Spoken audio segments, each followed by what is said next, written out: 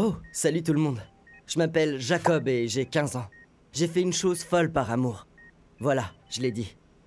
Allez, je parie qu'on l'a tous fait. Admettez-le. Quelle folie avez-vous fait par amour? Oh, et quand je dis que j'ai fait une chose complètement folle, je le pense vraiment. Je parie que vous pouvez pas faire pire. Parce que non seulement j'ai fini ici, mais j'ai fini avec ça. Et ça. Alors, est-ce que j'ai chopé le mec ou pas? Et comment j'ai eu cette blessure? Eh bien, voici mon histoire. Je parie que vous mourrez d'envie de découvrir l'objet de mon affection. Voici Cody. J'étais à une soirée ordinaire jusqu'à ce que Cody entre. Il n'était pas du genre à se la péter ou à réclamer toute l'attention. Il avait cette confiance en lui sans avoir besoin de beaucoup parler. Je sais que je suis un bon parti. Je suis séduisant, sportif, bien habillé, et je sais que j'attire l'attention. Vous avez compris? J'ai montré mes bonnes vieilles fossettes et j'ai dit que j'avais un boulot sympa après l'école. Je suis allé vers lui, mais là, bam! Je me suis figé. J'ai pas montré mes fossettes et j'ai oublié de dire que je travaillais dans un nouveau fast-food et que je pouvais lui avoir des frites gratos. Il me rendait si nerveux et je voulais désespérément qu'il m'apprécie. Il m'a regardé avec de grands yeux, comme s'il me cherchait. Et puis, c'est arrivé. Il a fini par dire quelque chose. Et je ne sais pas ce qui m'a pris, mais... Il a dit qu'il aimait le rock et il m'a demandé si moi aussi. Et j'ai dit oui. J'ai vu qu'il était vraiment content.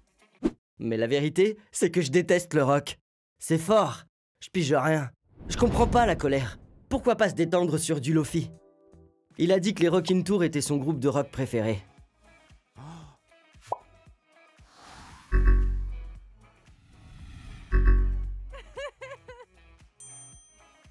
Et j'ai dit qu'elle était pas mal, ouais.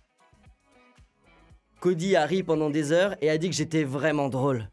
Et attendez, ce n'est même pas la pire chose que j'ai faite non plus. Je me suis emporté et je lui ai dit que j'étais batteur dans un groupe de rock appelé Slurpee. Et ouais, je tenais un Slurpee à ce moment-là et c'est pour ça que j'ai dit ça. Il a vite proposé de se voir et je me suis dit que tout irait bien. J'ai regardé des vidéos de rock et j'allais faire semblant d'être batteur. On s'est donné rendez-vous lors d'un concert dans le mosh pit et j'ai pensé que ça avait l'air romantique. Je regrette de ne pas avoir mis mon casque anti-bruit. C'était la chose la moins romantique qui soit. Tout le monde se tapait la tête et sautait en l'air, y compris Cody. J'aurais dû dire « allons dans un endroit plus calme, on pourra parler », mais à la place...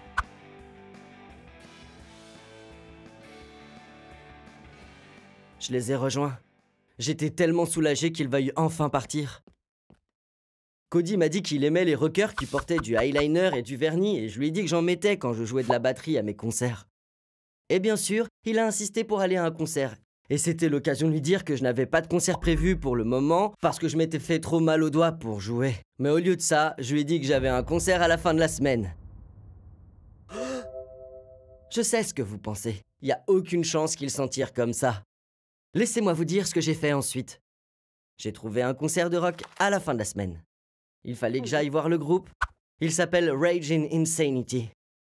Et c'était pas aussi facile que je croyais. J'ai dû me frayer un chemin dans les coulisses et j'ai été poussé par une bande de gamins de 12 ans. Ils étaient violents. Quoi qu'il en soit, j'ai réussi à parler au groupe. J'ai expliqué ma situation, à savoir que je devais ressembler à un batteur d'un groupe de rock pour impressionner un garçon qui me plaisait. Et est-ce que je pourrais jouer à leur concert? Et je les paierais même. Après un long silence, le chanteur s'est mis à rire et n'a pas arrêté pendant un long moment. Le batteur s'est senti très offensé, disant que la batterie était un art et qu'il fallait pas s'en moquer ou ignorer les principes, quoi que cela veuille dire. Le guitariste dit qu'il me paierait pour voir les conséquences d'une telle attitude. Mais ils ont dit non, et j'ai pas accepté cette réponse. Je leur ai dit que j'étais amoureux. Est-ce qu'on fait pas parfois des choses complètement folles par amour? Et si ce n'était pas le cas, à quoi servirait l'amour s'il n'était que pratique et routinier? Vous comprenez? Et ils ont encore refusé. Qu'est-ce que j'allais faire? Heureusement, le batteur a eu pitié de moi et m'a raconté qu'il avait déjà pris l'avion pour l'Australie afin de surprendre son amour, mais qu'elle l'avait abandonné. Il a même montré quelques mouvements de batterie. Et j'étais pas si mauvais que ça. En fait, j'ai plutôt apprécié. La situation devenait désespérée. La fois suivante où j'ai rencontré Cody, j'ai décidé de lui dire la vérité cette fois-ci. Mais au lieu de ça, je lui ai dit que Slurpee s'était séparé à cause des différences créatives. Il était déçu, ça se voyait. On est quand même allé au concert de rock dont il avait les billets. J'aurais dû dire, ou plutôt crier, parce que la musique était si forte que j'avais changé d'avis sur ma carrière. Mais au lieu de ça, j'ai dit que j'espérais former un autre groupe bientôt. Qu'est-ce qui me va pas chez moi? J'étais loin de douter que la vérité allait enfin éclater au grand jour. Nous étions là, au concert, au premier rang, et Cody dansait de la tête. Il n'a jamais mal à la tête, je me suis demandé. Et vous savez qui ils ont annoncé sur scène ensuite? Le groupe que j'avais contacté. Et ils m'ont reconnu. Ils m'ont invité à monter sur scène, et bien que j'ai protesté, j'ai vu Cody tout excité. Alors j'ai joué le jeu. Je suis monté sur scène et tout le monde s'est déchaîné. Le chanteur m'a dit « C'est ton moment ». Je me suis assis à la batterie et j'ai joué le petit rythme que le batteur m'avait appris. Je l'ai fait, et le groupe a commencé à jouer. Cody devenait fou et sautait de haut en bas. Et j'étais une rockstar, une vraie rockstar.